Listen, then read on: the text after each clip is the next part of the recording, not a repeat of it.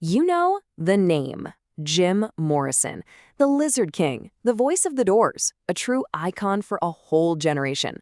But his final act? That's a different story. His death in Paris at just 27 years old is still one of the biggest, most haunting mysteries in all of rock and roll. And today, we're going to peel back the layers and see what's really going on with this legend. So for more than half a century, the official story has just kind of hung in the air, like the end of a Doors song that never fully fades out. It's just unresolved. A simple story for a guy who was anything but simple. So you got to ask, right? Was it really just a quiet, tragic end? Or is this the beginning of something way, way stranger? Okay, so to even begin to get a grip on this whole mystery, we have to start with the official version of events. This is the story that was told on July 3rd, 1971, and it's pretty much the foundation for the entire legend. Heart failure. I mean, think about it. For a guy who lived his life like an absolute lightning rod, heart failure just sounds so quiet, doesn't it? The French authorities ruled it natural causes, said there was no sign of foul play, and boom, case closed. Or so they thought. Now, let's just walk through this timeline for a second because things move fast, like really fast. He's found on July 3rd. By the 7th, he's already buried. Get this. His own band manager flew all the way to Paris and never even got to see the body. The coffin was sealed. The speed, the secrecy, it just felt off to a lot of people right from the get-go. All right, and this is where that simple, neat little story really starts to come apart at the seams. I mean, the way his death was handled was just a total mess from the start. It basically created this huge vacuum, and for decades, all sorts of theories have rushed in to fill it. Just look at this list of failures. It's wild. No autopsy was ever performed. No toxicology report. I mean, we're talking about a 27-year-old rock star with a well-known history of, let's say, partying. And no talk screen? The coffin is sealed shut before his friends can see him. The doctor who signed the death certificate just disappears. And Pamela Courson tells the embassy he has no family, which just speeds everything up. So what's the bottom line here? There is absolutely zero forensic evidence. None. The entire official story rests on the word of just one person. And who was that one person? His girlfriend, Pamela Courson.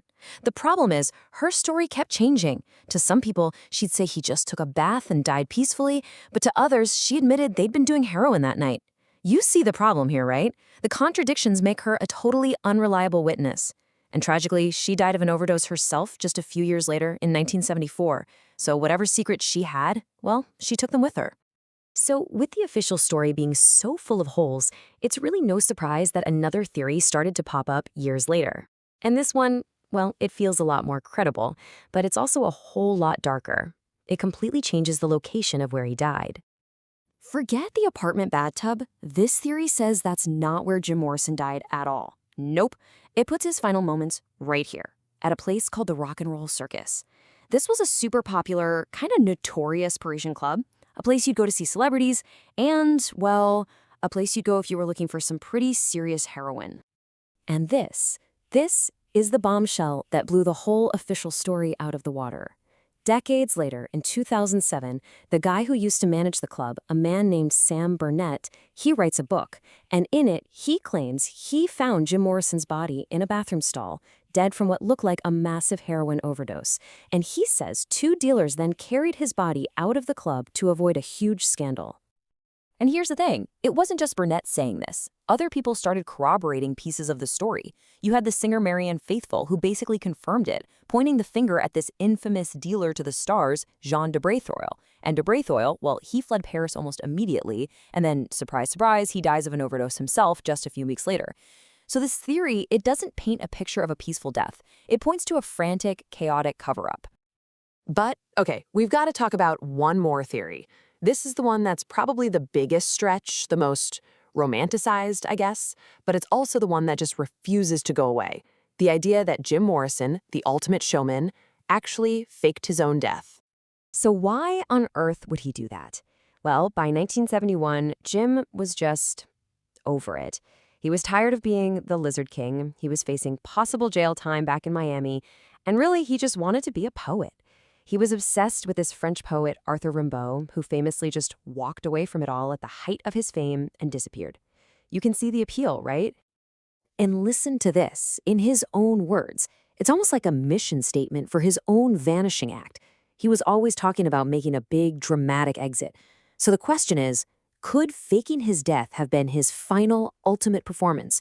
For decades, this whole idea was just pure fan fiction until a really weird clue turned up in the most boring place imaginable.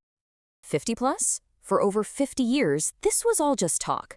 And then a private investigator digging around for a new documentary found something that, well, it changed the game.